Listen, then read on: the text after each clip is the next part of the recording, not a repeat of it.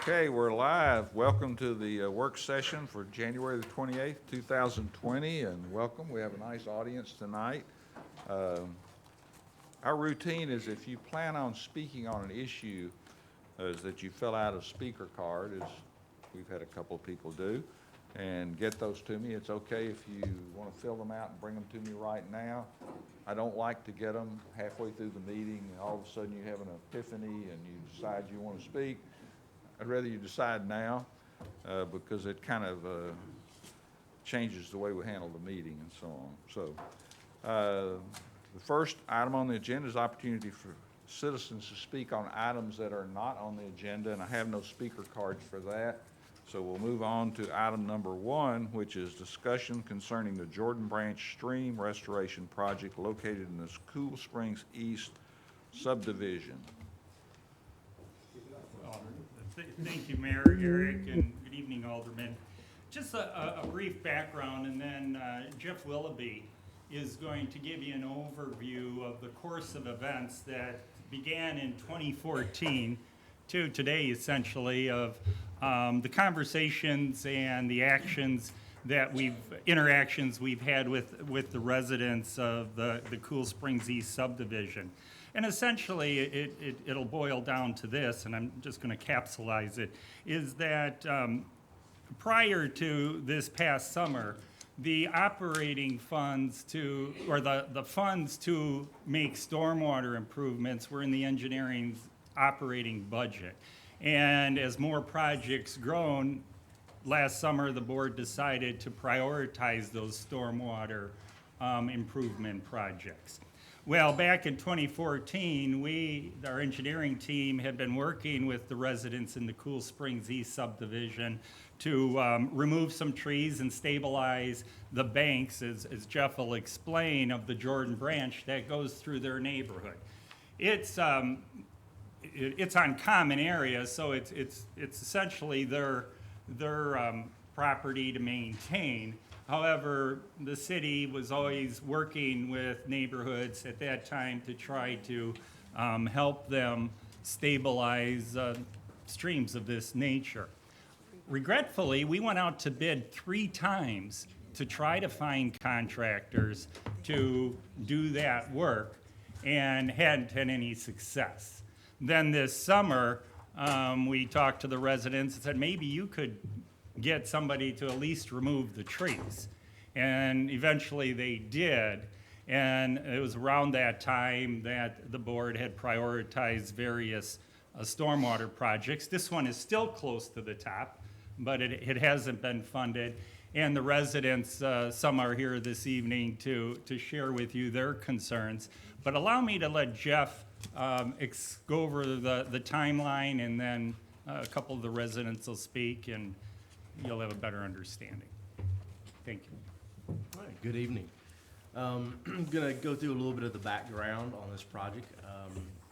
Some of you were here when it started, some of you weren't, so I'll try to give as much history but be as brief as possible at the same time. As shown here, you can see that the highlighted area in yellow, this is a contributing drainage area within the subdivision that's within the city that drains to the channel. You can see the channel flowing through the property there in blue. The area outlined in red is the contributing drainage area that is outside the city that contributes to this. The flow is from east to west also on here, and you see a large portion of that drainage area is being contributed from the Nashville Athletic Club's golf course there. It comes to a confluence and pinpoints right where that blue line starts there, that transverses that property. The channel is deeply incised. It has a lot of eroding and sloughing banks. It has a lot of trees, a lot of large trees that have been undercut. As you can see in these pictures, I mean, some of them are really significant. I've walked a lot of stream channels, just about all of them in the city in my younger days here, and this was one of the worst I've seen. It is significantly an issue. It's lot of big trees, and you typically do not see undercutting like that in streams in Franklin. But a couple key points here that we do want to make you all aware of, as Vernon touched on. This is HOA common space. There is a public drainage easement that flows through. Highlighted in red there's the upper portion of the project. The channel flows approximately through the center line of that red area there. When it comes to drainage easements, typically how city staff handles those is our job is to keep those free-flowing, is to keep them unobstructed, allow water to pass so it doesn't back up, it doesn't flood and things like that. So typically our crews will go in from time to time and you know, remove a tree that has fallen that's in the channel. If there's buildup of debris or trash at culverts that threatens infrastructure, the crews will go in and remove that. But those are typically, you know, we do not own that area. It's just an easement. The HOA owns it, and then we have a you know, drainage easement that flows through it. Tree removal is typically not the city's responsibility. If it's, like I said, if it's obstructing the channel, we will go in and remove it. But just going in and cutting down trees preventative-wise is not really something that we typically handle. The second kind of key point we'd like to share with you is that we went back and compared two surveys that we had access to.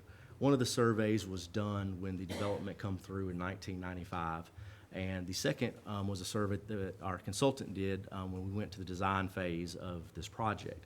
The thing that I would like to point out is that the channel has not progressed significantly worse in the last 25 years. It was bad before the subdivision was developed.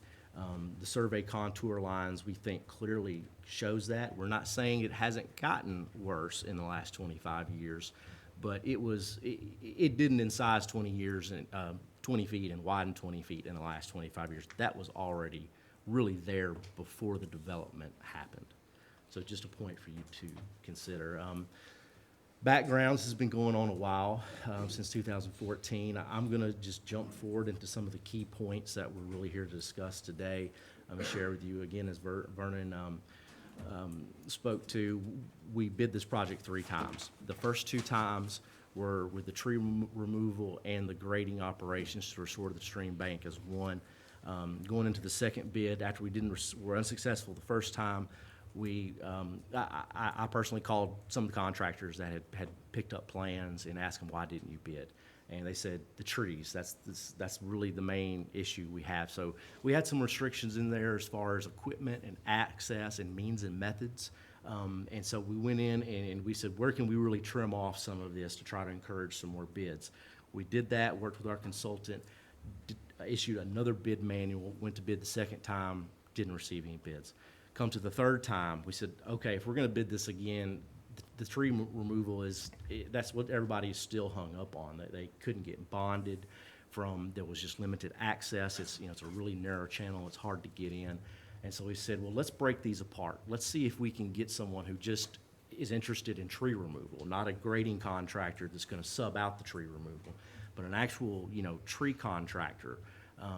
Maybe someone like that would be interested in this project. And again, I went out and actually met with a company that had some preliminary interest in doing the project, and we thought we were good. They called me 10 minutes up until the bid deadline and told me that they decided not to bid the project. They weren't comfortable working with government. They'd never done that before. They were a little leery about the erosion control measures that had to be in place due to some archaeology on the site. So again, third time unsuccessfully as bid as just a tree removal project. So we then met with the HOA to give them an update of where we were. Hey, we've done this 3 times unsuccessfully. Maybe y'all could go out and find a bid. Maybe someone would be more willing to work with you instead of working with us to get this accomplished, because we can't seem to figure out anything to get people to bid this.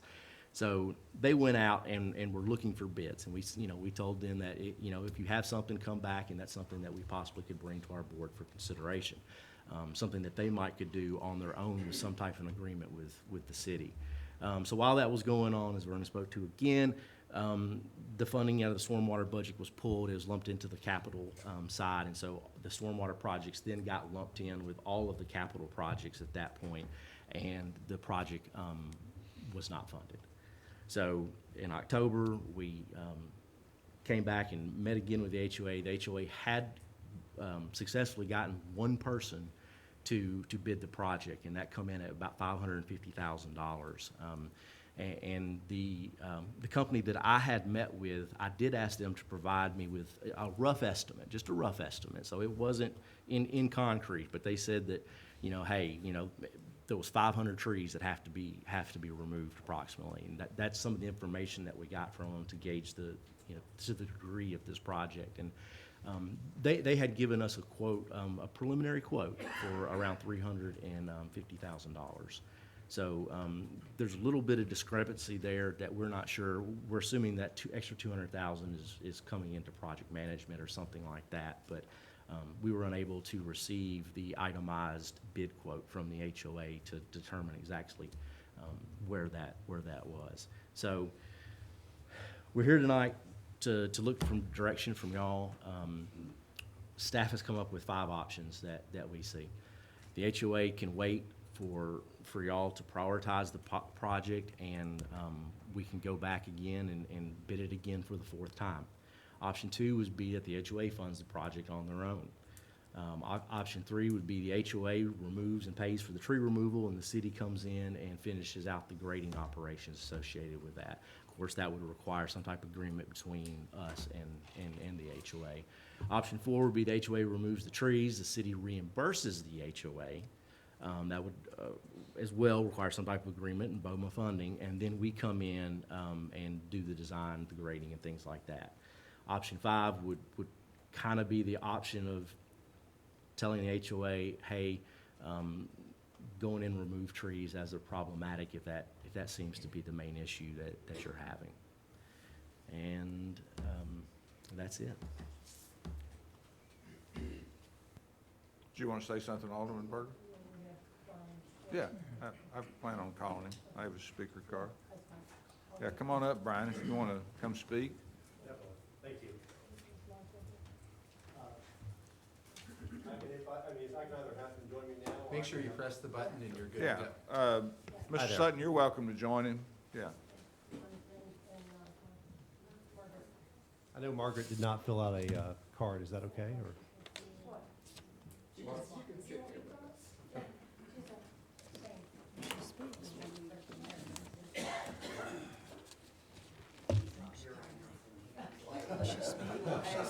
Make him stand for a moment. If y'all will say who you are and make Certainly. sure we get it on the record, and that's the reason for the speaker cards, is so we get your names accurately. The button's pressed. My name is Brian Dixon. I'm president of the Cool Springs East Homeowners Association. And I've got 2 residents here with me, Margaret Frazier to my left, and to my right, John Sutton. Do you need for them to introduce themselves personally, or is that okay? Sure. Okay. Well, yes, I was going to give you my address again. Margaret Frazier at 222 Scurlock Court, which is right at the very end, and so it borders the Jordan Branch. And it's a pie-shaped lot, so I have over 200 feet of frontage on the lot. But anyway, you weren't hearing me? Oh, okay. My name is John Sutton, 537 Hope Avenue. When you happen to see some of the photographs, our home happens to be the one with a pool, and it appears that the Jordan Creek has encroached upon our home probably as much as anyone's property. So it's a third home site in from where the creek begins in our subdivision on end. So if you happen to see a photograph that has a swimming pool with a fence around it, then that's probably us. Okay. So I've lived in my house for 22 years. Oh, okay, all right. Sure. Again, Brian Dixon, 205 Bateman Avenue in Franklin.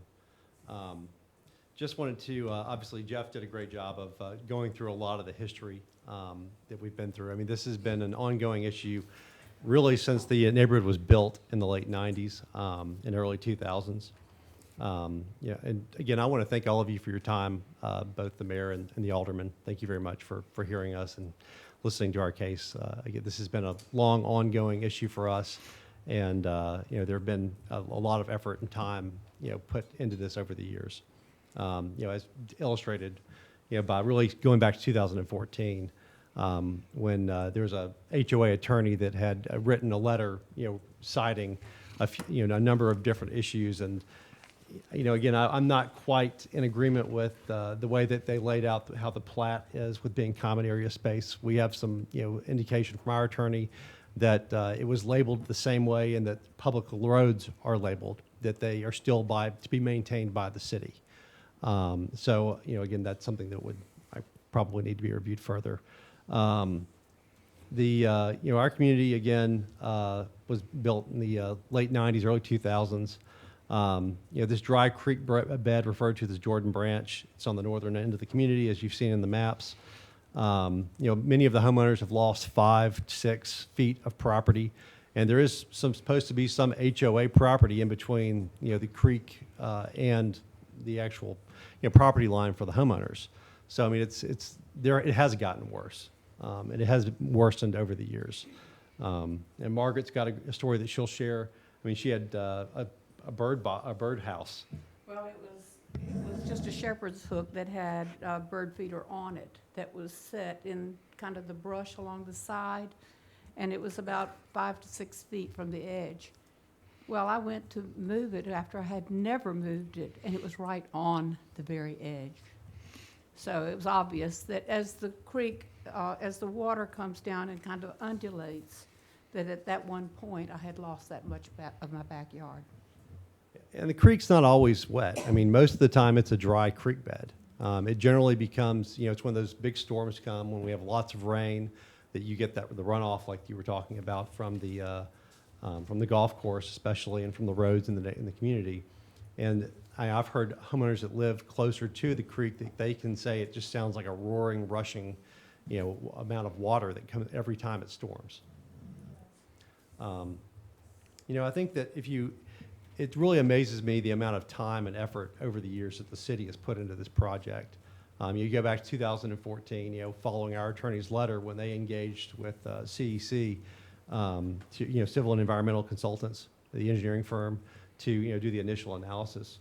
I mean, they laid out 6 different options in that analysis in 2014, and one of which ended up being the actual option that they presented during a number of neighborhood meetings, you know, in the following years, in 16, 17. And so there was, you know, like you said, there was an archaeological dig. There have been at least 2 or 3 archaeological digs conducted in that area for mastodon bones. So, and there was one that was just recently done, I believe, in late 17, early 18. Again, that was also funded by the city. Then there was, you know, prior to the bidding, there was also a bat study that was done and funded by the city. The city's put a lot of time, a lot of effort into this project, and you know, I don't want to see any of that, you know, wasted or forgotten. You know, it's for our community, it's a big issue. It's probably the biggest issue that, you know, I've faced since I've lived in the community. And I don't live on the branch. I live on the completely opposite side of the community. But, you know, this is something that comes up during almost every single community event, is what's the status on this project. Everyone's concerned about it. Everyone who lives on the branch is concerned about it. This is something that the community wants very strongly to move forward on. We have, you know, if you go back and look at the branch itself, and you know, look at the funding of it. You know, you mentioned that one of the bidders had told you that it was about $300,000. Well, if you go back to the original civil environmental engineering firm's report, they estimated it to be about $1,000 a tree for removal, and they were basing that off of a 2012 survey that they had done, or 2012 budget that they had done. And actually, based on an email, I think it was from you, Jeff, there was a count of 591 trees. So, I mean, again, if those numbers match up, you're actually talking about a $591,000, and that's in 2014 dollars, not in, you know, in present day dollars. I mean, I would think with inflation, you know, that number could be even higher. So when we saw the bid, it seemed like it was a very reasonable bid, by comparison. But again, it's hard to say, of course, with just one bid. And again, it is a very challenging project with the fact that before in the past, they've talked about the plan. If you go back to look at the 2018 presentation that was given by the engineering department and the CEC engineering group, they actually planned to also build a road. It was about not quite a quarter of a mile from the entrance, from the neighborhood entrance all the way to that Jordan branch. And I can't imagine they were going to take out numerous trees, build this access road to the creek. I mean, that has to have been at least another $250,000 to $500,000 just to build that road. And the city was, this was a shovel-ready project from everything that I understand, that they just needed the bidder to, have to agree to do the project. The money was ready to go. The project was going to move forward. And so here we are now with a solution that's going to be, essentially a third less than what the project cost was probably estimated to be at that time. And, here we are obviously still trying to, find the right funding to move this project forward. I've got my own timeline that I'd, put together, but I think Jeff did a really good job of going through the timeline. There's been countless hours, countless emails, drafts, presentations that have been put together again over the last 6-7 years that I would hate to see the city walk away from this project. And I can tell you that our community would be extremely disappointed and upset if that was to happen. We're asking you all to place this project back near the top of the priority list. We're asking that you find the funding for this project. There's a lot of damage to properties that continues to possibly happen. We spent over the last 3 or 4 years, we spent about $25,000 a year just taking down trees off the branch.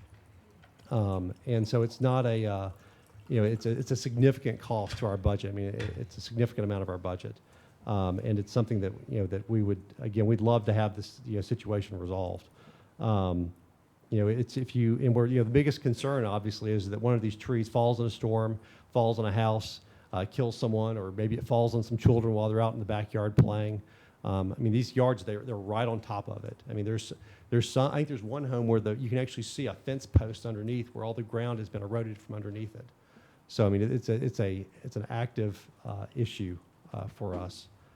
Again, we ask the city to please keep faith with us, as we've kept faith with the city through the last 7 years of working on this project, and please help us reprioritize this and move it forward back towards the top of the list. You want to make some comments? If you don't mind, I'm going to have John share a little bit about his story as well. I'd just like to add really 2 areas of concern. The photographs, and I appreciate what the city's done, appreciate your department. The photographs were addressed, and I think the date on those is 2016. I wish that we had taken photographs today. There's a dramatic change. As you notice those photographs, that was almost a clear flow on those photographs that is indicated. Today, if you would go there, you will see many trees that have already fallen and are obstructing that flow. Now, we have lost in our property approximately 7 to 8 trees within the last, I'd say the last 2 years. We've been there for 13 years. That is one issue just within the last 4 years since those pictures were taken to today. There is a dramatic change. Item number 2 that Brian touched on, and I appreciate it, is that the children. Besides the trees, and I've asked the HOA just to kind of move things forward about the removal of 3 of my trees right now. And I hate to impose that upon the HOA because I know what the cost is. But when we have children, animals, and structures in our yard that we can't go outside when there's kind of storms, we're concerned with that.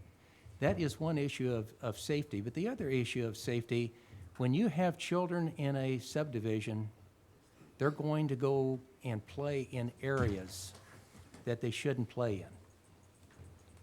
Before, I would say you could get by with coming down through that creek and playing, but now it's become so dangerous with trees falling and laying there that we watch, whenever we hear children back in the back, we shoo them out of the property because of the safety factor of them just playing. It's dangerous back there. It is absolutely dangerous. So I just wanted to go ahead and address those 2 points also of the rapid deterioration and the safety factor, and ask for your consideration to put us back as Brian has requested. So just to add a little bit to that, so as the area around the ditch has widened, the tree roots are more and more exposed.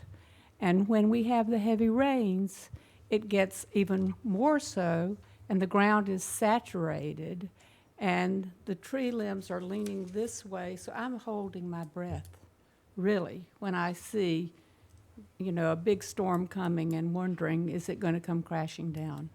I mean, it really could kill somebody if it came on their house, maybe when they were sleeping in bed. So it's something that we really hope that you all will help us fix. Eric, you want to make the, Let me just touch on the funding piece and kind of how we got there. It was touched on a little bit earlier, but I want to just clarify how we got to where we are with the funding. Within the Stormwater Fund, we'd carried a pretty healthy fund balance for several years.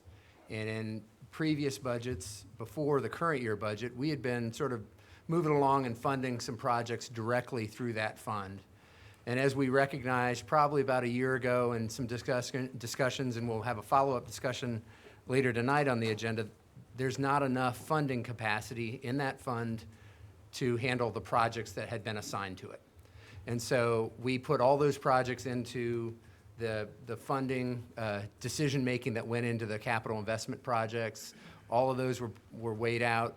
There happened to be 2 projects that were high enough in the priority ranking that we allocated the remaining funds in the Stormwater Fund to cover those. And this project itself kind of fell just outside, fairly high, but just outside of the number of projects you funded. We have been working over all this time in good faith to try to figure it out. You saw 3 bids to try to get this project moving, and we were unsuccessful. If the board is interested in us pursuing it, we certainly can work and find a strategy to get it funded.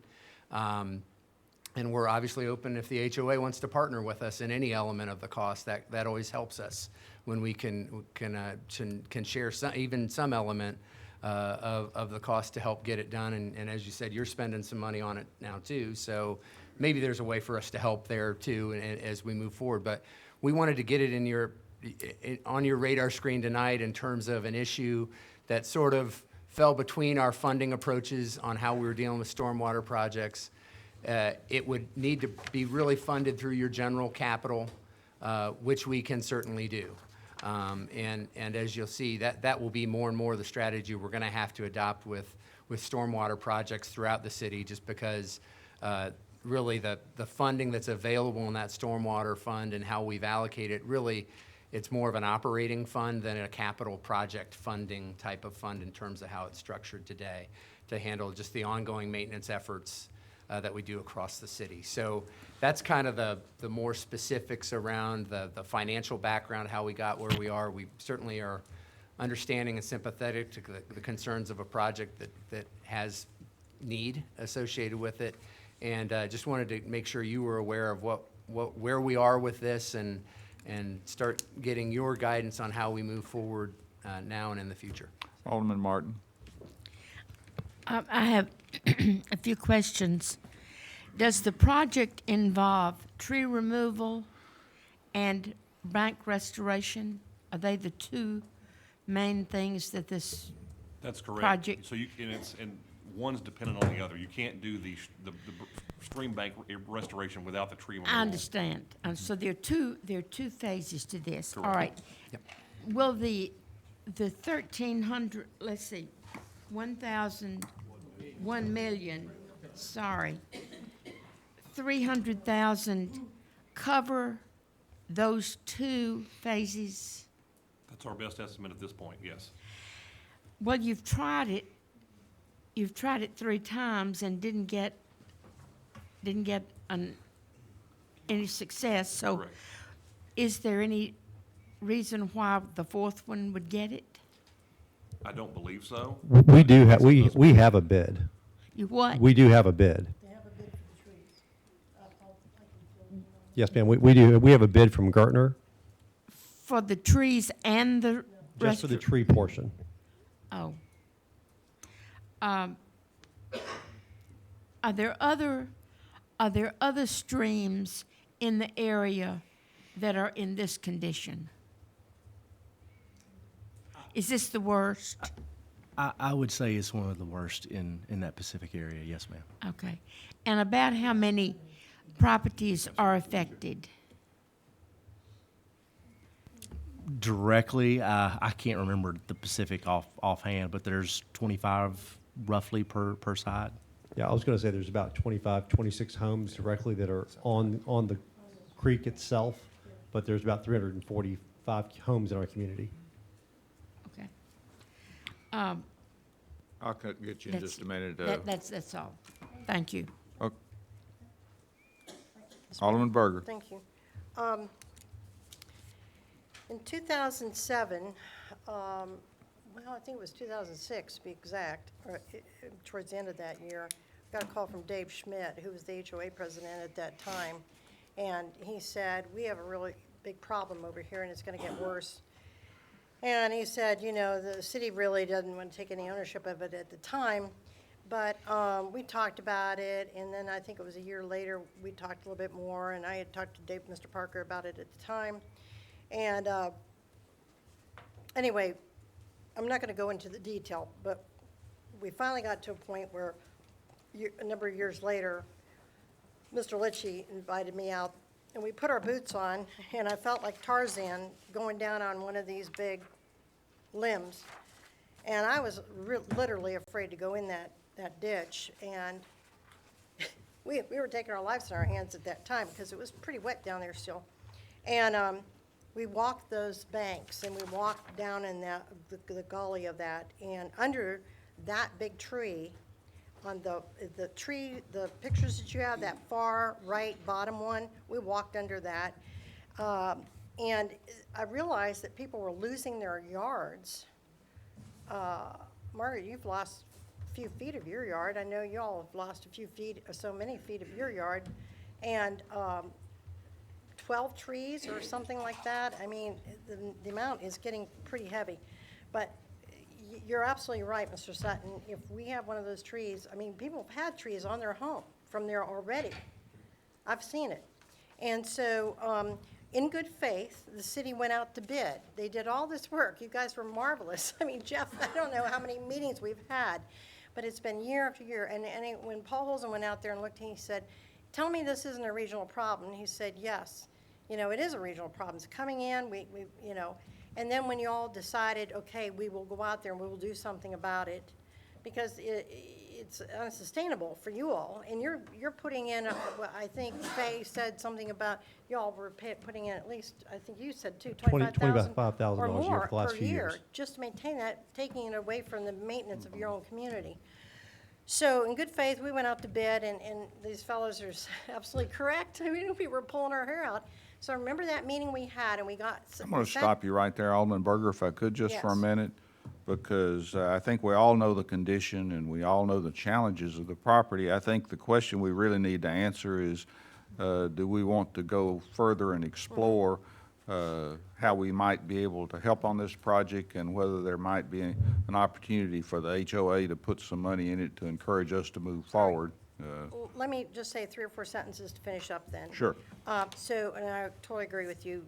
We know what that is, but I was getting to this point that in good faith, we went out to bid. And we worked on this for years, but was not my understanding that funds were available, but when we were prioritizing, I was unaware that those funds were there, no longer there when we had gone out to bid. Why would we ever go out to bid if the funds weren't available? And so it was on my understanding the funds were still there. My bad if I did not understand that it was taken out to reprioritize when we did our reprioritization. So that's water under the bridge, so to speak. So here we are with this restoration project. You have a bid. You can get the bid started. Is the bid still good? The bid's good, and as far as I know, I think a representative from Gertner is here today if anyone has any questions about the bid. All right. And so if the bid is still good, we could move on that bid while we have that bid, but then the city has to commit to going ahead and doing the project to move forward, because you can't do one without the other. And so I just will leave it at that. I'm going to suggest that certainly the board's willing to make more comments if they have some instructions as far as moving forward to explore how we might be able to fund this. I may suggest that we just bring it right back to CIC and have those more detailed conversations about it and try to reach a conclusion, and hopefully we could hear some offers from the HOA, how much they might be able to participate. It's a problem. We've been talking about it a long time, I agree. So if that's, My question would be if we could bring it back at the next CIC, because I think it's critical. And also, if Brian, if you could go back and see if that bid would remain good, because that is an issue there to continue to have that bid. has staff looked at the bid? Yeah. It was not in detail enough for us to really break out prices, and the one caveat there would be that was a bid to the HOA, that was a bid to the HOA, not a bid to the city. So there's different but it- requirements for us to bid Yeah. things than what Okay. a But HOA. it- Well, To what- use that, we'd probably need to come up with some form of Had to be. agreement that it flow, because it's your bid, it's not ours, that we would work something out to allow That's what you they to asked for.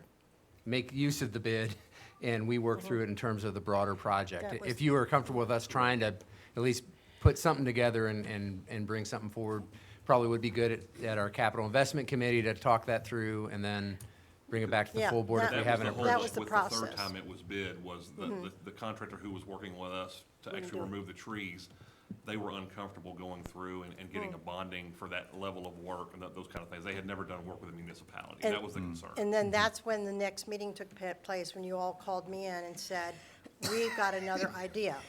If the HOA will go out and they would work through the HOA, then the city could work through that possibly, and they wouldn't have to go through a governmental agency. So when's the next CIC? Was that give you enough time to at least come up with some other things? I don't know that we'll have many different options, but we can get some more information from Gertner. If we put us in touch with them and see how that bid's laid out. We can get that information for you. When is the next CIC? The 27th There you of go. February, 4:30. 4 o'clock, yeah.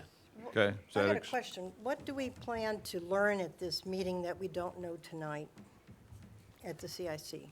The only thing is, we will know more information about whether they would, how the contractually was laid out and the bid was provided from Gertner. We just don't know a whole lot about that. And is the HOA willing to participate in the project in Correct. any form? Yeah, and I'm going Well- to send this to CIC committee now. Is- I'm sorry, would it be okay if I have the representative from Gertner speak to any of these? No, I questions? think I'm just going to have staff work with Gertner and come forward with that. Can we hear if there's a deadline on that? Because she's shaking her head. And that's going to be critical to them if there is a deadline. I think he said that the bid Well- was still good. Yes or I don't 100% know. Okay, No? it is, yes. It is? All right. One question. The 547,875 is the Gertner bid? Yes, sir. That's what we understand, yeah. It went Correct. through Gertner. Let's flush it out a little more, bring it back to CIC. Absolutely. We'll try to Fine. It's a at least company. reach a decision at that to send to the full board and have a little better indication. Will that be acceptable, Alderman Berger? Yeah, I guess so. That works for us. Can we- Thank you. All right, Thank you. I would like to thank the, again, mayor and the alderman for your time. absolutely. Thank you. Thank you. Thank you all. Item 2 is discussion concerning traffic impacts associated with the proposed East Works District development. So we have some folks coming up. This has been some work that we've done in looking at the proposed Eastworks, which is a redevelopment of the Primus site in Cool Springs. This is an important project to look at because I think it helps us understand some of what we're going to see more and more in the coming years in terms of redevelopment in Cool Springs and how it might impact infrastructure. And the folks from Eastworks are here, and they're moving forward with bringing their development plan forward for consideration, and we want to get some feedback from you as that process advances. So that's what this is about tonight, to give you some insight on that and get you thinking about that and give us some feedback that might help in that development process moving forward. Thank you again, Eric. And I want to just add to that is that as Adam Mosier makes a presentation, and Jimmy and I, and as Eric mentioned, the representatives from Eastworks are available too. You're going to find that we are moving forward with a comprehensive Cool Springs study that'll hopefully end up with a model for us to better project and forecast levels of service at various intersections in the Cool Springs area. And that study is going to go through this 2020 year, and Adam's going to bring back at different times where we are on that study. The second thing, and really the most important as we talk about this, is getting some kind of acknowledgement for the Eastworks team to continue forward, because they've made an investment already. The city has partnered on a transportation study, but we want to make sure that we're at least keeping you advised of the impacts, but also try to provide some guidance to the Eastworks team as they go forward. Thanks, Vernon. As we are all aware, one of the main concerns from our current citizens in the city of Franklin is traffic. And is that better? And when we have these developments come in, we want to best predict how those traffic patterns will play out, how the densities around the area will grow. And then we start talking about level of service. And what we want to do tonight is kind of dive into that a little bit more. We've worked closely with the Eastworks team. They've been great partners and very patient with us as we've gone through this process, and we thank them for that. But as Cool Springs is to develop out, as Vernon mentions, the Cool Springs transportation study is going to tell us a lot. But today, the Eastworks team is here, ready to move forward. So we're looking for that guidance, and Adam will go into kind of the technical details to bring us up to speed of where we are today and where we look to go as this development proceeds. Thanks, Jimmy. So we'll just dive right into the presentation. We want to explain to you, kind of remind us of what's been approved in the background, developments and whatnot, and then we're going to talk about level of service. I want you all to get kind of a better understanding of level of service rather than just an academic grade. What does the academic grade mean? And then we'll go through the updated Eastworks traffic study so that when you're looking at the levels of service, delay numbers, you can kind of understand what that means. And then we'll look at the recommended improvements, the things that we can do for the critical intersections, and then we'll just summarize, our findings and whatnot. So the background developments, you may remember seeing this graphic when we were talking about the Cool Springs transportation study. The areas in pink are the, if I go back, the areas in pink are the development, the background developments that are going to be inside the Eastworks study. A majority are mixed use, meaning they, I think we all know what mixed use are. They have different retail, residential, commercial office space and whatnot. So what that does is obviously increases your internal trips and hopefully decreases some of the external trips that are visiting the site. But the people do leave their houses and they do not all live there. So there is impacts to the level of service on the roadways around the development. So as you can see, most of our approved development down there is along McEwen. And IGP does a good job of, talking about improvements that are needed. And Eastworks is located about a mile north of there, as you can see up there. So that's just to give you an idea of what's been what we've talked about in the past. So let's talk about level of service. You see grades, right? We see level of service C, D, E, F.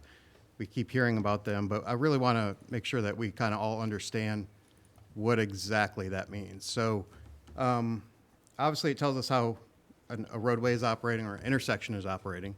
Two different types of level of services. One's for a roadway segment, one's for an intersection on how it's operating. So obviously most of the time we're concerned about our intersections. And that's particularly what we looked at with Eastworks. So that just kind of gives you a graphic of different delay types for signalized intersections. So we'll talk about that a little bit more in detail. So I wanted to give you a real example of what level of service F might look like. So we have one in the city. We do have Cool Springs and Mallory. It does operate at level service F, especially certain movements. I shouldn't say the whole intersection operates at level service F. Certain movements operate at level service F at certain times of the day. So our left turn, when this particular study was done, which was the end of August in 2019, showed 180 seconds per vehicle for that left turn. Now, what's that mean at the noon peak period, lunchtime? So what's that mean? They're waiting about 2 to 3 cycles of the signal to get through. That's level service F, 180. So the next one, the through movements, also shows the level service F in the noon. It's possible that it might take them 2 cycles to get through the signal. Maybe not always, but possible. And then our kind of close to the EF variable there, the delay, is the 89 seconds for the right turn. It's probably clearing, but they are stacking in that right turn lane, possibly to go I-65, or maybe they are turning on Mallory. But at any rate, that's kind of the levels of service F. If you can think about it, there are different levels based on delay, right? So your good, I hate to say good level of service F versus your really bad level of service F. So let's talk about the study. We updated we went with the Eastworks development team and decided that it would be good to revisit the study. We had some major failures. So we wanted to expand the study area. Baker's Bridge really wasn't included in the original study, so we wanted to get that updated and get some intersections in there, for the traffic that might be visiting the site from the north, getting off of I-65, down Galleria and using Baker's Bridge. We also included, we'll go over it in a minute, a market exchange connection. And I'll kind of talk about that in a minute. Some of with these developments being kind of, I want to say landlocked, arterial locked, if you will, only having access to one arterial, that's important, especially when they're larger developments, only having access to one arterial. And of course, we looked at, reevaluate our trip distribution, again, included that connection. And we'll talk about that, see what it looks like in a minute.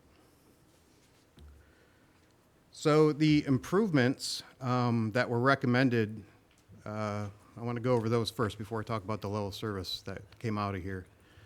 Our critical intersection was Cool Springs and Carruthers.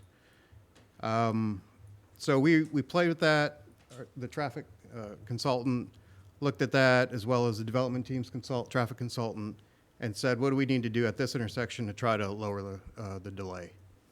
The things I want to point out at this one is triple Fs northbound. You're probably asking, why would Eastworks contribute to that? Well, it doesn't. It's the background that's really kind of contributing to the requirement of the triple Fs northbound. We did a few other things there with some right turns, adding some right turn lanes and designations. And then on I-65 northbound, that kind of goes hand in hand with the Carruthers Cool Springs intersection. One kind of operates with the other, if you will.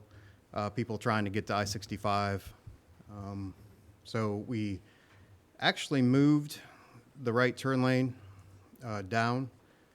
And there's various reasons for this. When you have a triple left, you want 3 receiving lanes and you want them designated. You don't want people merging, weaving, doing that movement. So you have 3 receiving lanes that go into 65. The major movement is from northbound Carruthers to northbound I-65. So that's why you see the 2 lanes there. They go down and they're now signalized. You would think signalization would add delay, but it doesn't. The way this flows, it works really well with the signal. Very minimal on delay. And we also moved the ramp down. As you can see there, the suggestion was to move the ramp down for queuing storage, just in case, on the worst case scenario, we have some more storage for queuing. The Market Exchange connector, shown right here, we currently don't own that right away, but when we ran the numbers for the critical intersection, it was thought that this would be a good relief for the critical intersection. The internal connections are pretty important to be able to utilize another roadway to take traffic off of Carruthers. So that connection was included when we're talking about level service in a minute. We'll show you that we actually put trips via this connection that doesn't exist today. So here's our level of service table. You'll see our existing for this is Carruthers and Cool Springs, what we just talked about for the improvements, as well as I-65 and Cool Springs. Our existing is, C and D for the entire intersection. We talked about movements before. This is for the entire intersection. Our background, what has been approved, that particular intersection would operate at level service F without the improvements. And then with the improvements, we get it down to a better level of service F, if you will. And then with Eastworks, of course, there is more traffic with the development, so it does move up. And one of the things, that we did discuss is this doesn't happen overnight. We do know that there's economy and how it gets built and how many years it takes.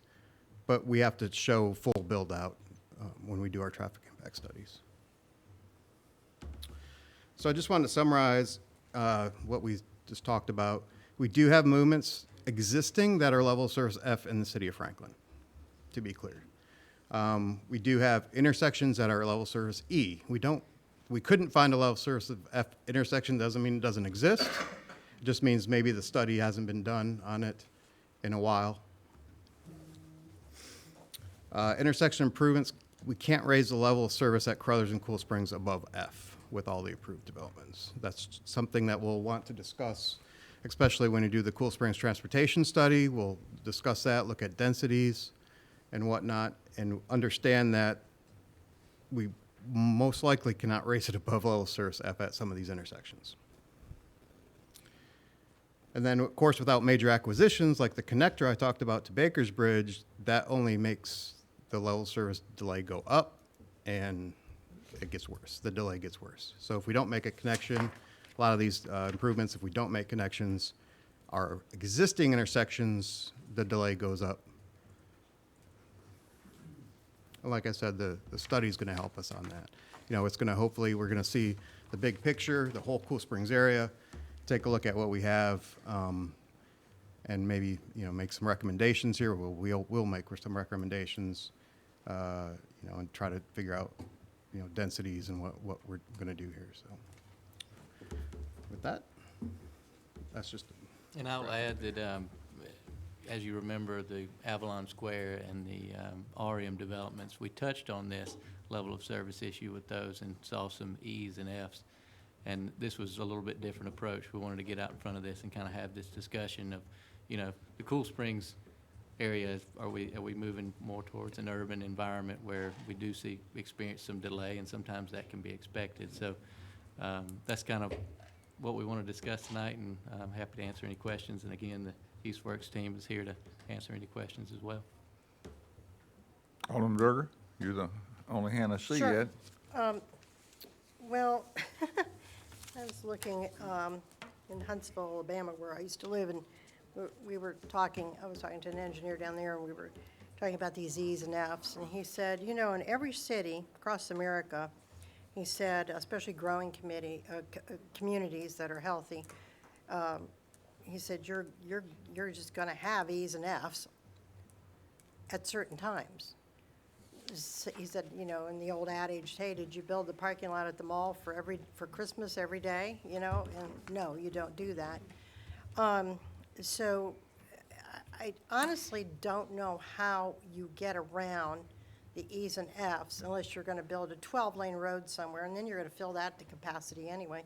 But how we get around that at certain hours of the day. So we have to say to ourselves, is it acceptable from 5 o'clock to 5:30, 6 o'clock, 6:30, whatever it is, that hour, it's usually an hour and a half that you've got the majority of traffic. So I drive Mallory and Cool Springs all the time. And yeah, there's a little bit of delay there, especially at noon. I don't like going over there between 10:30, 11:30, 12:30, 1 o'clock. But we move. It's, it's not horrible, but it's not good. But I don't know how we get around these E's and F's. I don't know if that's even possible to do unless we start taking out green fields and we start taking out our landscaping and we're putting in getting rid of a lot of the landscaping in Cool Springs. I do think, we're talking about your development here right now for redevelopment, but I do think in the future, we better get busy and start talking about our traffic and what our policy is going to be with density. I think we're going to have that conversation. Well, we're already talking about that. We're going out and having bus tour. We're going to be doing some things. But I think we're going to have some kind of policy for density in the Cool Springs as redevelopment's happening, because are you all like the first or second redevelopment project in that area? So, and you're the first of many to come through the next 25, 30 years, I'm sure. So, so I would say we have to ask ourselves at certain times how that would be. The other question I had over here, you talked about the intersection, about the International Drive, I believe. What was that connection? By the IRS. Who owns that property right now? I believe it's IRS? part of the IRS building and, sorry. I believe it's part of the IRS building, and I think, Jimmy, we looked at that. Yeah, I think the IRS actually leases the property from Yeah. someone. I don't know, it's an LLC of some So kind. here's something I'm a little concerned about. I think we need connectivity. I will support the connectivity all day long because we have to have the more access points, the better, especially in this area. But I think we have to have a conversation that if you're working with the IRS, are you able to get the access for this connection? If you're not, is the city willing to work? I mean, would we have to go to eminent domain to get it we could do that for a road, but would we have to go do that, or could we obtain it? If you can't, I'm a little concerned, can you really obtain that? Because I do know the IRS building's there, so they may have to have some workings with the city to do that. Anyway, I do want to support that connectivity. I think you would have two options there, and then the third would be possibly to wait for redevelopment to the north and allow the connection then. That would be, obviously, as Adam mentioned, we'd revisit the study and redistribute traffic away from it for now and then hope for the best in the future and set up connectivity. I'm really not one to support that, because we know now, today, we need more access points. And frankly, this whole development, we've got one building over there with people walking football-length fields just to get inside during the rain and the heat and everything else. And taking all that surface parking lot away is a good thing. And if it's redeveloped correctly, your plan looks pretty good, but at the same time, I know there's going to be some tweaking there. But I think that we need to make sure that we don't delay these things either, that we go out and be more aggressive getting these access points, because we know what we've got out here. We have very little wiggle room to put in extra lanes over there. And if we're going to do any extra lanes later on, we're going to take away Cool Springs, how it looks. We're going to take away the vegetation, we're going to take away the landscaping, and we're already going to need some of that. Alderman Bransford? Well, I think we know, or we should know by now, we cannot build enough roads. And if we are looking at, Yeah. analyzing this and looking at the future, and an F is an F, F is a bad F, a good F, F is a F, F is a fail.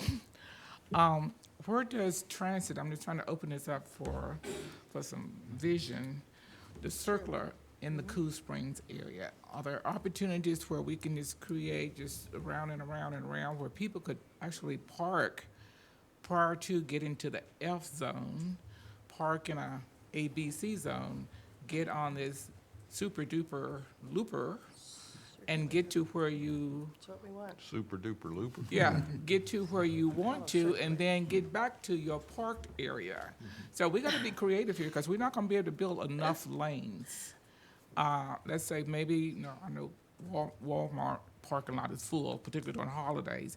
Is there an opportunity to park there, get on something and go into the Cool Springs area? Or vice versa on a Target somewhere and come into the busier inner, I call it the inner city of Cool Springs, because when you get around the mall, the restaurants, in the bumper to bumper, you can't even get into Burger King to get your Impossible Burger and get out. So what can we do to kind of create that? So I'm just throwing out some thoughts. We just can't keep building in roads. Alderman Speedy? I guess in looking at all the potential improvements and potential acquisitions, do we have a ballpark figure of like how much the road impact fees on this project would go to contribute to that? And then do we then have to make a decision, okay, as a board, do we prioritize future CIP projects? And what's the difference between 0 and 100, I guess? Yeah, I don't know if you guys have the fees. You probably have a bigger handle on the fees than we do, but I'll let you speak to that. Yes, sir. Dirk, go ahead and introduce yourself, and Alan, Dirk please Mountain. I'm introduce with you. the applicant, Market Street Enterprises, for the project, and the impact fees of the project will be in excess of $15 million. So it should pay for all the improvements that were described in the presentation. Right, that's a good point, Vernon. The connector, the Market Street or Marketplace, it would not qualify for reimbursement. Obviously, the reimbursement, if there was one, would have to come before the board anyway, but that wouldn't be an arterial or a collector road at this time. So it's more of a local road, and that's kind of a separate discussion and speaks to the challenges you brought up of acquiring the right-of-way and those type of things, or an easement, whatever it would be.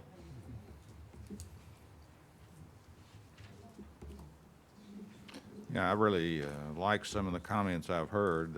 I think that we're destined, that is going to be more of an urban environment in the Cool Springs area, and, we're accepting some of the failing grades that we have already. I think we're a little short-sighted if we aren't thinking about some transit options and what technology is going to do for that corridor.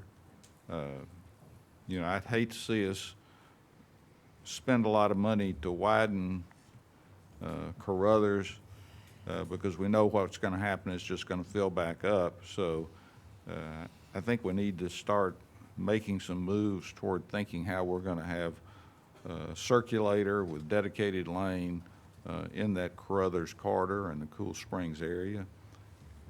I think this is an exciting project. I think it's exciting to see the redevelopment and improved land use in that area, but it brings with it a lot of challenges.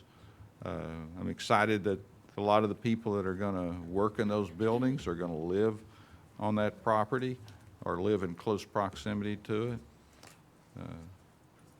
So we've been hearing about this for a pretty good while. It's pretty exciting stuff. Alderman Peterson? I'm seeing that there is a connection already to Meridian, so what's the level of service there? Meridian intersection with Carruthers. Since that was an internal drive and not public right-of-way, I don't believe that was public right-of-way. It was not analyzed as, between this development and Meridian. Now, if you go out to The intersection maybe coming out of Meridian, is that what? intersection maybe- coming out. Coming out of Meridian, Okay. right, Yeah, we right. did Oh, s- yeah, yeah. I that mean, is- that was in the Meridian and, study. excuse me, Meridian and Carruthers. Right. Yeah, at Carruthers. Yeah, that is in the study, and I can't remember. Dee, level service D, which, That's interesting, because that's one of the places I do go at lunchtime and have not noticed that. That's interesting. yeah, project. Alan, you want to say Projected. something? Yeah, one thing to add to that, and this is Alan Thompson with Reagan Smith and Associates. There is an existing connection to the IRS site. It's through their parking lot. There's an existing easement, and that was put in place to give us access to the north. Now, that would only get us to International Drive. Probably wouldn't be as fluid as what we're looking at to Market Exchange. But there is an existing access point there, but it's via a parking lot. I think part of what this group at the end that's talking to you about this needs to hear, I think, some feedback to feel comfortable continuing to work on the development plan as they are. We've flagged some issues that will need to be addressed and how we think about this, but they're also getting ready to do some more significant work and bringing a development plan to you. And I think what we want to help them get some feedback that they don't go do something that's completely off base that you don't think makes sense, connects, works, or can work. You know, we'll know there'll be issues we need to talk about, but have you seen enough, or are you comfortable enough with the framework that's here, knowing that there's other pieces that need to be addressed, to have them continue to do that work? Or, you know, I don't want them to go down that road and then have a complete disconnect from what you've heard tonight. So that's part of this too, is to give them enough feedback to keep doing the work that they've been doing. Alderman McClendon? Vice Mayor McClendon? I keep forgetting that. Me I do too. I'm trying to use that title with you. Well, it'll be over soon enough. I think the road improvements are probably a good idea. It does seem intuitive that the pathway for most people here is gonna be 65 to Carruthers. That makes sense to me.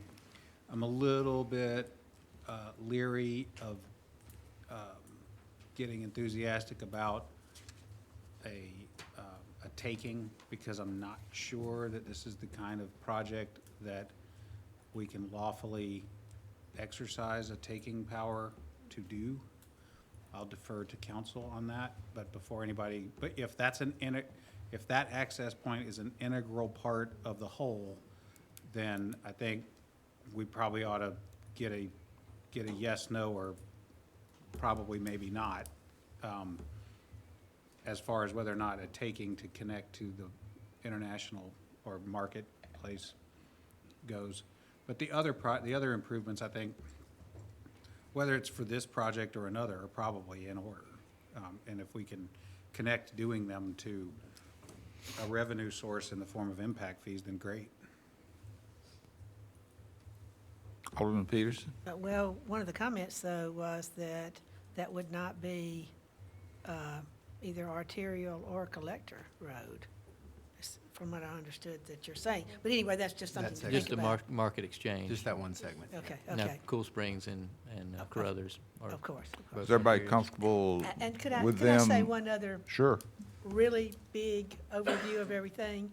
When we're talking about level of service F, I can remember 15 years ago saying to the then staff that the south east part of Matt Catcher was level of service F then. So what I'm trying to say is, let's just kind of keep all this in mind. We've had level of service for many years in a few places. That's totally different from this, so, but I just wanted to say, this is not the first time we've ever seen level of service F anywhere here. But I think it is a good idea to absolutely look at this and see what can work here, you know. Thank you.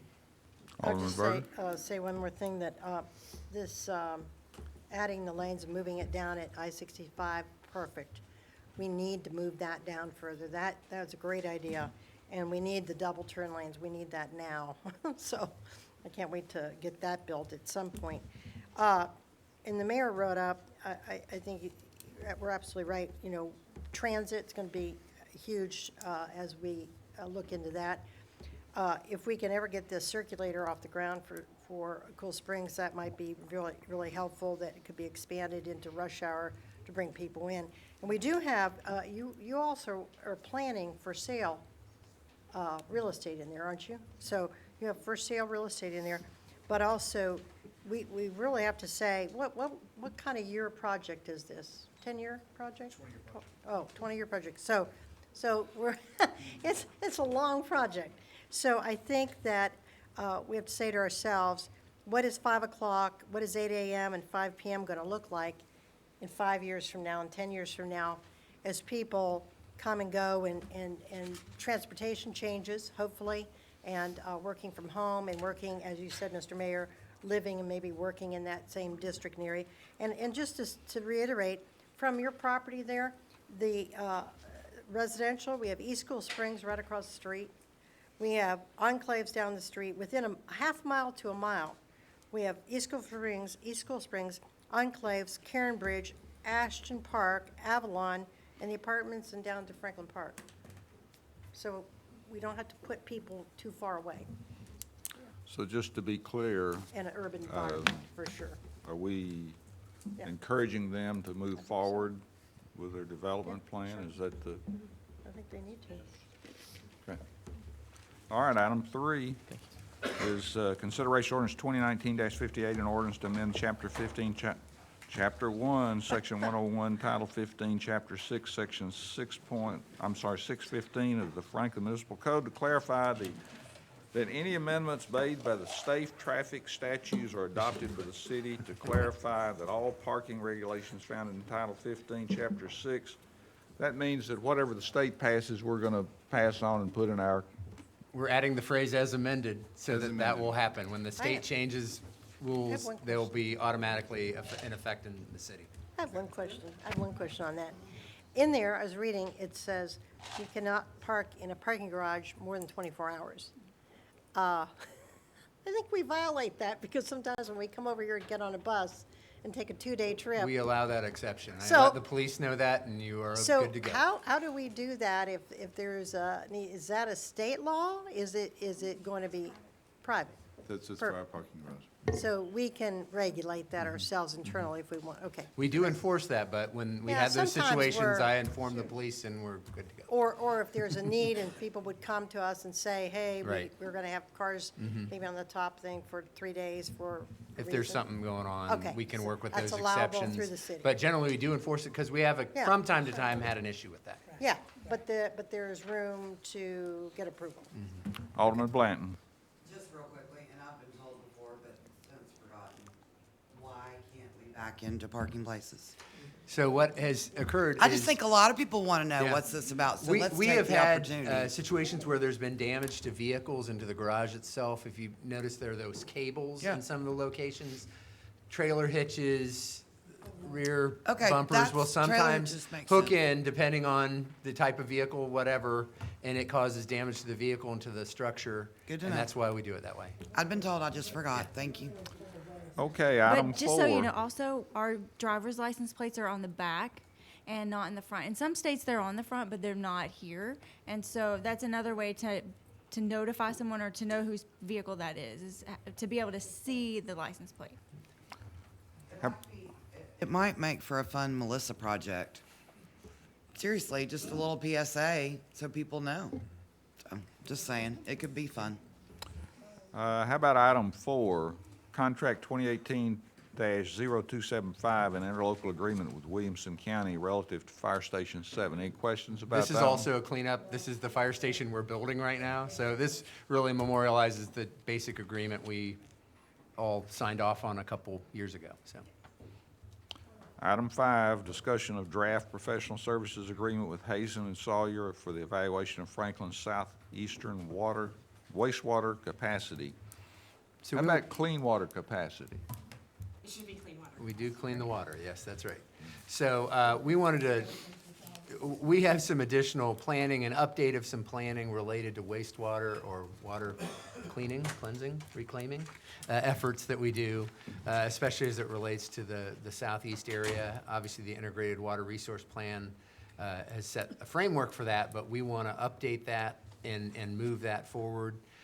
This is a long time frame to be ready to bring additional capacity online, and we need to start making decisions and thinking about what that looks like, and this helps set the framework for that, along with updating our view of how land use is expected to occur. So Michelle will take you through that, and we're really getting your mind started on what's all going to be involved in that review, and we'll start that discussion tonight. So take it away, Michelle.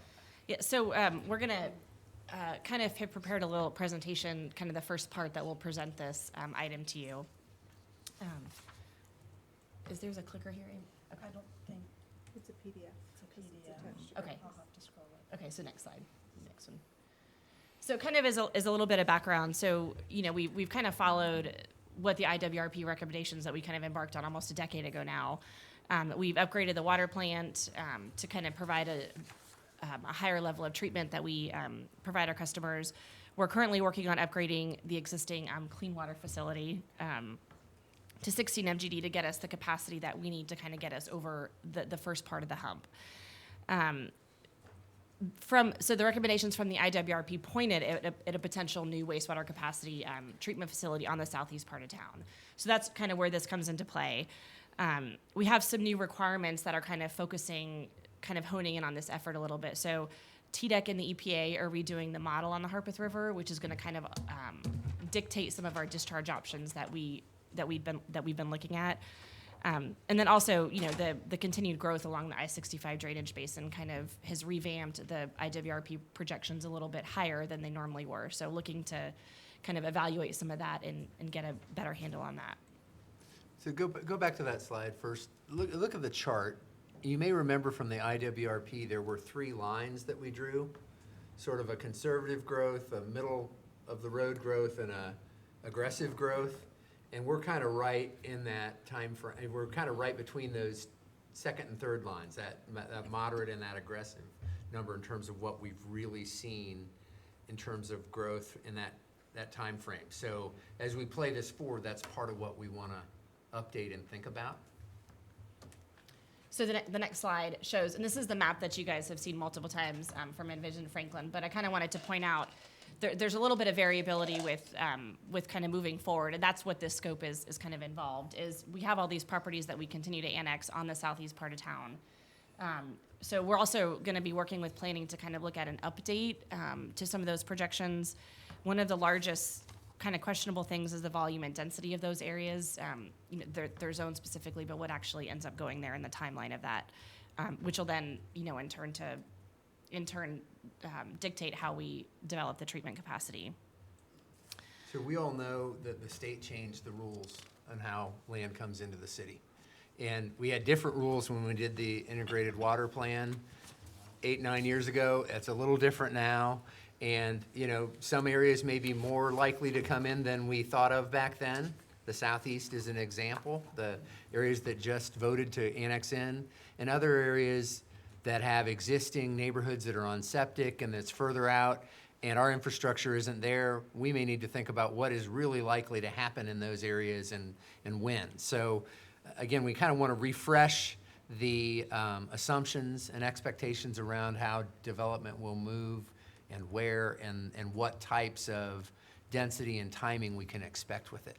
Because it's a little different than it was 8-9 years ago. We need to refresh those projections, and that plays into the size of plant and how we will want to, what we might look at going forward.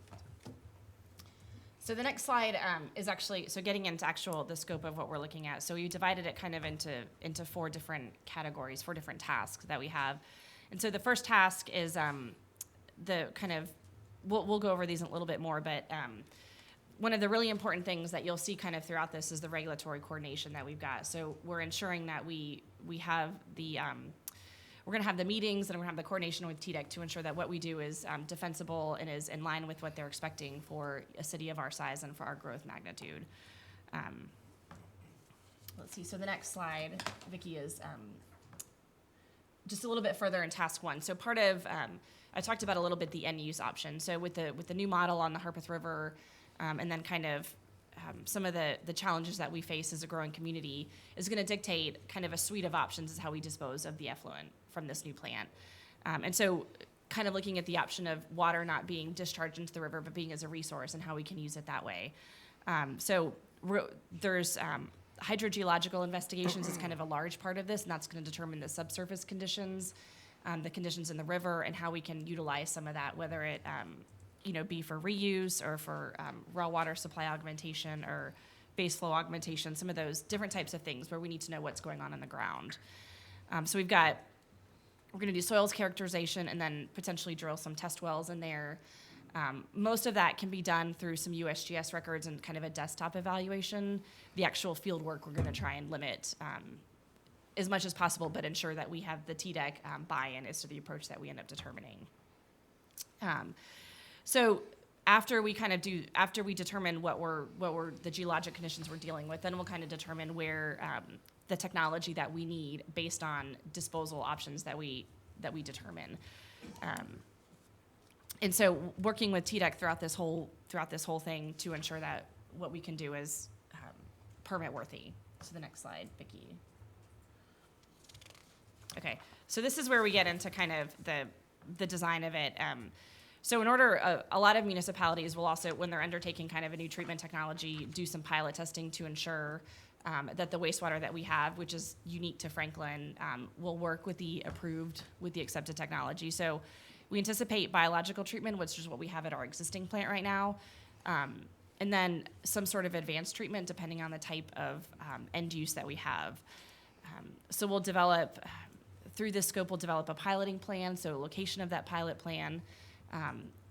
The purpose of the pilot will be to pull water out of the collection system from the southeast part of town, to treat it to what we think is appropriate, and then to discharge it back into the collection system. So we're not discharging it to the river. We're not going to have a permit to do that. We're just making sure the technology is feasible for us to be able to do that. We're going to coordinate with our existing operations to kind of use as much as we can to get our folks kind of on board with this that we have. The scope will include the drawings and specifications for just the pilot facility, so not the full-scale facility, but for just the smaller treatment. So how big might a pilot operation be? Can you give folks a sense of? Yeah, so two of the places we're looking at doing it is on the Red Wing pump station site that we have right now that's in the Red Wing Farm subdivision. So if you kind of wind back a little bit next to the interstate, we have a pump station that's got a large piece of land that's already got connection to the collection system. It's already got power. It's a secure site. So it would be of that magnitude. It would be able to fit inside those fence lines. Another site we're looking at is the water plant. We have some land there that is, we've got all those same sort of requirements that we can meet, the collection system and power and staff that's there, secure facility. And so the construction, the anticipated time for the pilot will be 18 months. So it'll be 6 months of construction and then 12 months of operation. And that'll allow us, so our existing discharge permit is seasonal, so it's summer and winter conditions. And so that'll allow us to go through both seasonal conditions because our wastewater does change with seasonal variations. So we also intend to have some of our operators help to operate that pilot, and then to kind of learn the technologies there, so we'd be better suited if this is how we end up moving into a new facility, taking on that role. So kind of planning for sustainable operations for the future a little bit. So the next slide, so once we do the piloting, and the piloting would potentially include, a handful of different membranes, different types of technologies. We would then kind of go into the alternatives analysis, which would kind of pare those down a little bit. This is where we talk about, we might select a host of different disposal techniques suitable to the city of Franklin. So whether it be, a reuse and, base flow augmentation, or a couple different things that TDEC would agree with. We would invite stakeholders of those who identify who would like to be involved in that sort of process. Once we determine those, we would develop some cost and non-cost criteria to kind of look at the social, economic, and environmental impacts of each of those. And then we would work with you to develop those weighted criteria and rank those alternatives. So much similar to how we did the IWRP process a while ago. So the next slide. So this one talks about the support services. So task 4 is the support services. So I talked about the regulatory coordination. So we really want to make sure that TDEC is involved in this process. If we move towards some sort of reuse option, we would be the first municipality in Tennessee. So we want to make sure that they're on board with that. We also want to ensure that we have representation during the TMDL development, so the model that EPA and TDEC are doing on the Harpeth River right now. We'd also like to have a small portion for public engagement, so for an outside publicity firm to help us with kind of some of the public engagement and bringing the public on board with this. And that would be working with our existing communications department to kind of use the same techniques that we use, but just to augment those a little bit more focused toward this community. And then project management is also a large part of this. This is a fairly quick turnaround of a project. We want to make sure that it keeps moving and that it doesn't stall. It doesn't. We don't let schedules or our personal schedules, anything get in the way. So we want to make sure that that's timely and efficient. So the next slide, so I just kind of wanted to summarize and then open it up for discussion. So we have some main objectives from this, and so to evaluate the alternatives to address the population growth and development we're seeing on the southeast side of town. We also want to be able to produce water that's safe for whatever end use that we choose is feasible. We want to work with TDEC to make sure that the strategy that we develop is consistent and defensible. We want to engage the public and ensure that we have stakeholder buy-in on what we choose. We want to make sure that we can permit and that we can operate any facility that we end up selecting, and then make sure that the technological approaches meet the updated TMDL and water quality requirements for the river. So with that, is there any discussion? This is basically the scope for Hazen. Yes. Well, And that's what's attached. You've got a scope description. okay. Well, first of all, we haven't said that our actual water treatment plant is downstream of this. So for the first time, we would be putting out water to the Harpeth that's going to be going into our water treatment plant, which I think is a major part that we need to discuss at some point. Not, I don't mean tonight, but I'm just And saying. that's part of the scope But that would be I part of mean, what that we would is, look at. that is certainly big, and also because the Harpeth River, sometimes floods, and sometimes you can walk across it. So Sure. it's not like it's just the same thing all the time, So that is something that I certainly think we need to look at very carefully. And I think she mentioned that there may be no discharge into the river.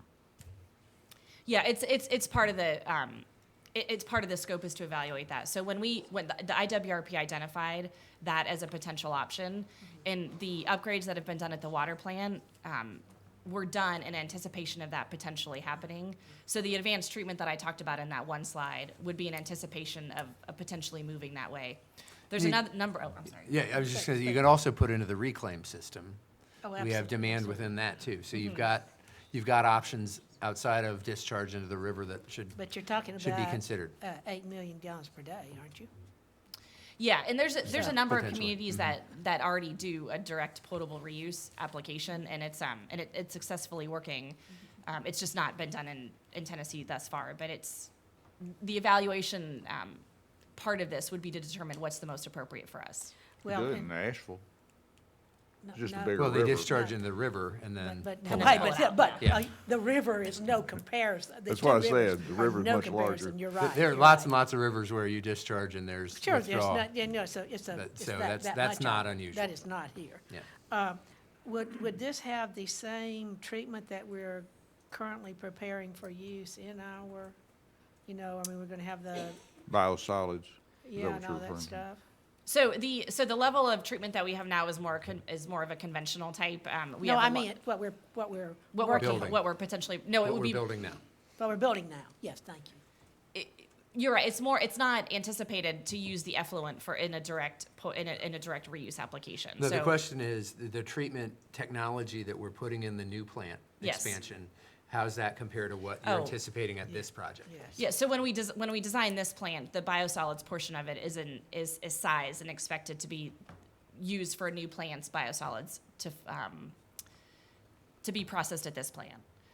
So while the liquid side would be, so part of the evaluation that we need to look at is there are flows that are coming to the north plant, to the existing Claude Yates plant. And then some of those flows will be diverted to the south plant, which will open up more capacity to the north plant. The liquid side, the actual water coming in, will be the same treatment as it is now.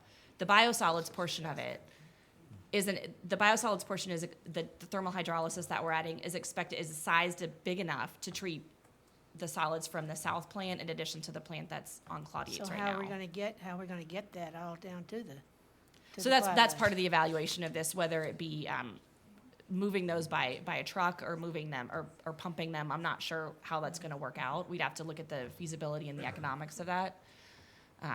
But we intended to only have solids processing at one facility. Right, that's what I So we was planned thinking for about that when we designed this. But the other thing is, whenever this property was bought, before I became an alderman and everything, they were just talking about spreading it out on the land out there. I mean, you know, it was. That's right. But also, I'm saying they were not expecting to put anything in the river. That was the point. That was the original point of this, that they would put nothing in the river whenever they first bought this. And that's where we would recognize water as more of a resource than something to put in the river and waste, essentially. Alderman Blanton. This might be a silly question, but having a second plant, does that increase our capacity and coverage so that we're not relying on the Cumberland River? What's the name of that company? we get This water is all, from? this is all on the wastewater treatment side. Oh, So okay. that's the drinking water side, yeah. So all of that will stay the same, okay. Yeah, you're still gonna, on the drinking water side, you're always gonna have a mix of our treatment capacity and what we buy from Harpeth Valley Utility District, which is Cumberland, yeah.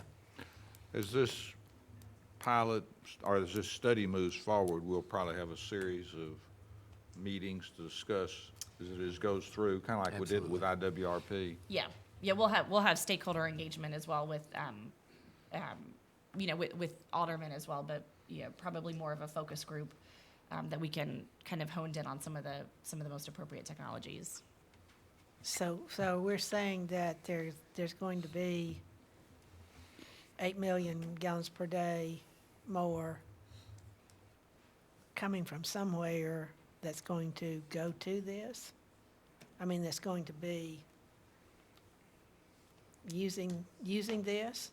So we're talking about 8 million more gallons per day, because most of this is going to be in City of Franklin, the City of Franklin Water District, which, by the way, remember, there are probably 4, at least 4 other water utility districts inside the city limits of Franklin that, in addition to the City of Franklin water. And so are we saying that we're going to have 8 million gallons per day more of water coming through the City of Franklin? Are you talking about drinking water? Yes, I am.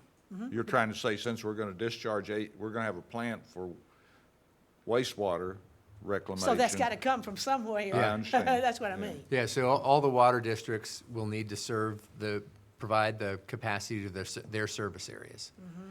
Just like in our area, we've anticipated that, and the Millcrofton, especially in this area, and Mallory Valley and those districts are also having to deliver service to properties that are currently under development, may develop or redevelop in the future. So yeah, all those capacity issues are going to have to be addressed on the water side. This is on the wastewater treatment side that we are projecting out needs. These are similar needs that were identified in the integrated water plan and that our land use planning supports. But again, a kind of an overlap to this effort will be a refresh in our assumptions around land use and development, density and location and timing. so that we kind of validate the capacity need that we projected when we did the integrated plan several years ago. Okay, so I'd also like to hear at some point, what are our projections for how the City of Franklin Water District would supply its part of water, because we're not gonna get any more out of the Harpeth. You know, it's gotta come from somewhere Well, else. we get a certain portion right now from Harpeth Valley Utility, and every year we. Two-thirds of it, don't we? And we every project year multi. Minimum. Every year, we do a projection. They ask us to give a projection, how much water we're gonna be buying from them. Yeah, we do a 5-year projection that we refresh every year, and they've done long-term projections in terms of their treatment capacity. And so that is a discussion that we continue to have, and that has been part of our master planning overall. And we've got distribution system plans, and that in the southern area in particular, where we end up through the Berry Farms development, looping the water distribution system, and all that is moving forward. But- And that's but part let's- of, but if we're- as again- those develop, the distribution system develops as well. Well, I think that ought to be a part of this also, Sure. though, because I would assume that a great majority of this would have to come through the City of Franklin Water Utility District. I may be wrong about that, but I would think the great majority of A it. portion, but it's But probably that's something I'd like to find out. the multiple districts will be Oh, all part of the absolutely, survey. but that doesn't mean, and I don't, actually, it would be very interesting to find out right now on our wastewater, how many districts are putting wastewater into it? All of them. No. I mean, what per day? You know, some estimate of what per day? I think that'd be worth looking at also. And also thinking on this, because you know, you can't see the boundaries of the districts anymore because of safety concerns. And We can provide. what we're looking at, as far as another plant, that's how many years away? So this study is has a 2-year span, and it doesn't include design. So we didn't want to do design because we don't know exactly what's going to be most appropriate for us, and that's kind of where we wanted to stop that. So after this, we would then do design, which would probably, you know, similar to the plant we have now, take another couple more years. So my version of that would be, it's probably big picture till you do all this and you permit it and you design it and you bid it and you build it. You're looking at a 10-year window in terms of your thinking, and that's why we start this early, because there's a lot to go through and there's a lot to think through. And that's the process. We need to start now so that we're ready to do something in that timeframe. Alderman Barnhill.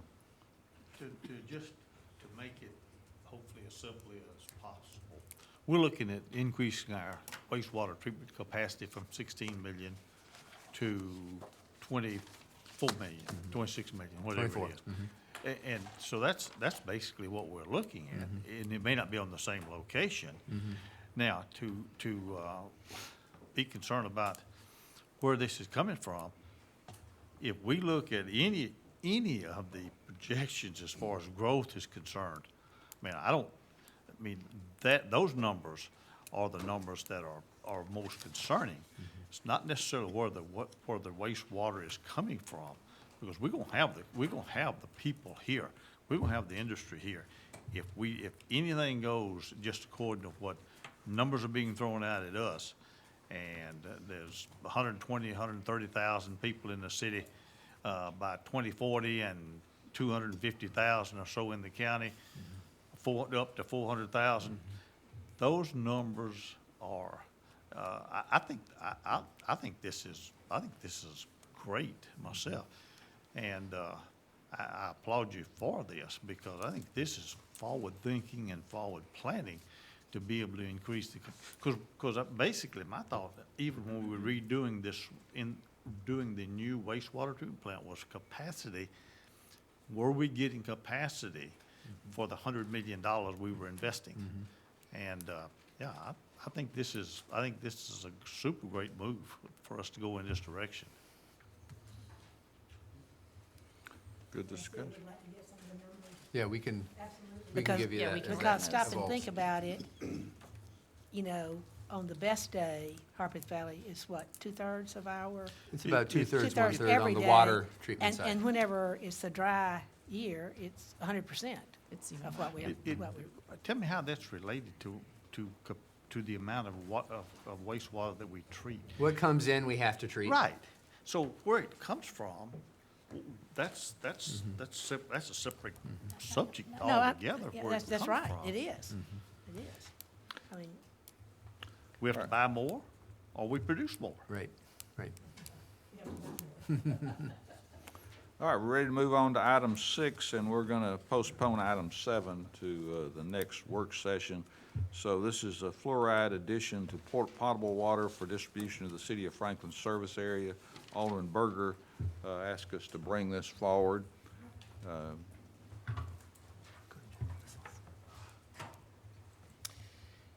So what Let me just say, could I say one thing? The reason I brought this forward is just for discussion, and to bring it back for a more in-depth discussion, because there's a lot to this, there's a lot of things that need to be gone over to really understand why one would ask for it to be taken out. Because you're gonna present it from one angle, and CDC recommends it, but there's a big debate at CDC. It's not given at CDC, even though they recommend it. So anyway, I just want to begin the discussion and take it further from here as well. Thanks.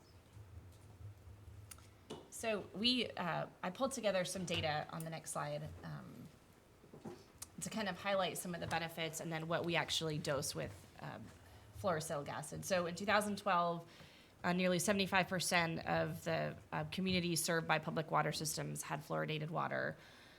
And then CDC names fluoridation as one of the greatest public health achievements of the 20th century. So kind of paring it down to more of what the city uses. We dose fluorosilicic acid is what it's called at a range of 23 to 25%. TDEC and EPA guidance have our indicate a concentration of 0.7 milligrams per liter. The average dose in our distribution system is about 0.47.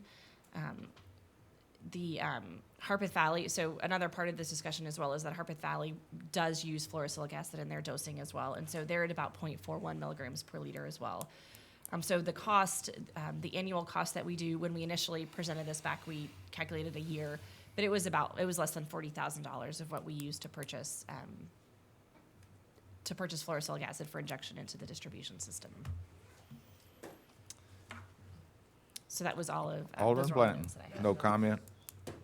So I guess my question is, do you want staff to spend a bunch of time looking into fluoridation or not? I mean, honestly, we don't control it. Most of it's done by the Harpeth Valley Utility District. And honestly, if you're asking me where staff should spend their time, it would not be on fluoridation. So Well, that's where we need your guidance if you really have an interest in seeing us do more research and spend time on this. I would say that there are some people in the community who would like to be heard on this, and also, I really don't want staff to bring us anything. I'm okay with you not bringing us anything, but I do think we ought to hear from some of the people that have asked for this. It's too complicated to discuss in 5 minutes. There are reasons to take out fluoridation. Most of the Western countries in Europe do not fluoridate. Only Ireland, Poland, Siberia, and Spain and UK, and they do it 11% and 1%. Japan is 97%, in Western Europe population do not fluoridate any of their water. There's certain reasons for that, can be gone into why. But just to touch some of the highlights, to just give you some information to see if you want to talk about it further, because I do think that not having this discussion is not a fair thing to do to some people in the community that have asked it to be looked at. Spring Hill, they asked Spring Hill to take it out of their water supply. 8 years ago they did. I talked to the mayor down there and asked him why and how, and there's some interesting reasons why they did that. Also, the sourcing and where the source came from, where the fluoridation came from is something that we do need to look at. Even though you may be ordering it from certain companies, the sources come from different places that may not be something we would want to do. We need to look into that a little further. We can have that conversation later. Really don't want to get into that right now. But FDA classified fluoride as a drug. It is the only drug that's put in our water. All other chemicals are put in there for safety or to purify or for the taste. This is actually a drug that's put into our water. And so we are adding this.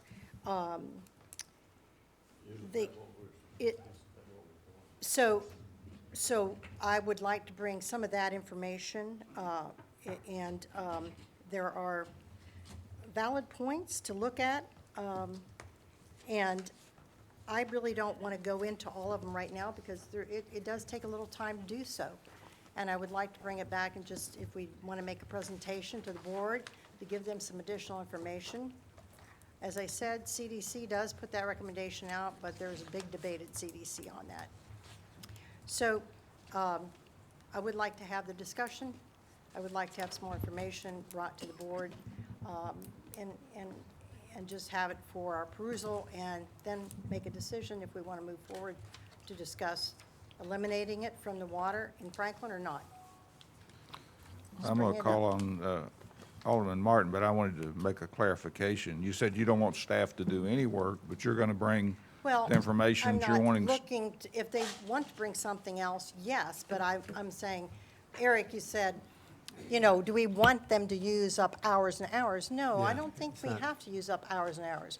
I think we need to find out where the sourcing of the fluoride is. We can tell you where we get the fluoride from, for sure. The company we know, but the source is where we need to know. We Not- can find that answer. It's See, not I've just the got- company, it's the source from where the company goes. Sometimes because they have found out when it's ordered from certain places, turns around and then it is sourced from other places. that I've have got not. Alderman Barnhill and Alderman Martin, and then we're done.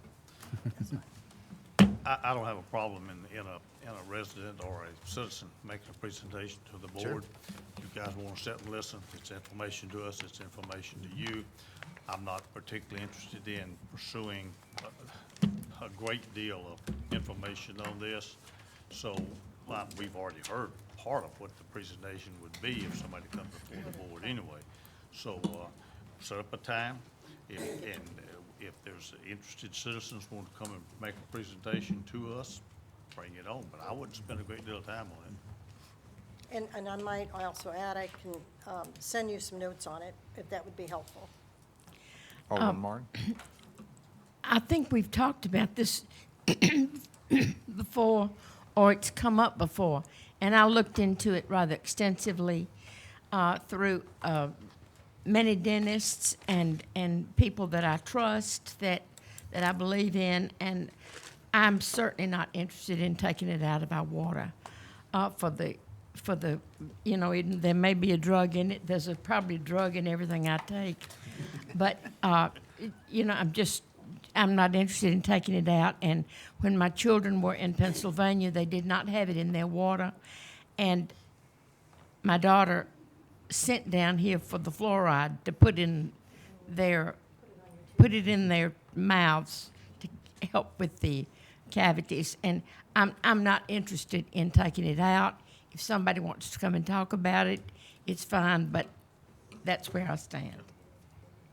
I would, Mr. Mayor, recommend that Alderman maybe bring Spring Hill. You said they took theirs out.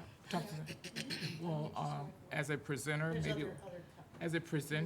maybe you could invite them to do a little presentation and get on the agenda just to see why another city, our next door neighbor city.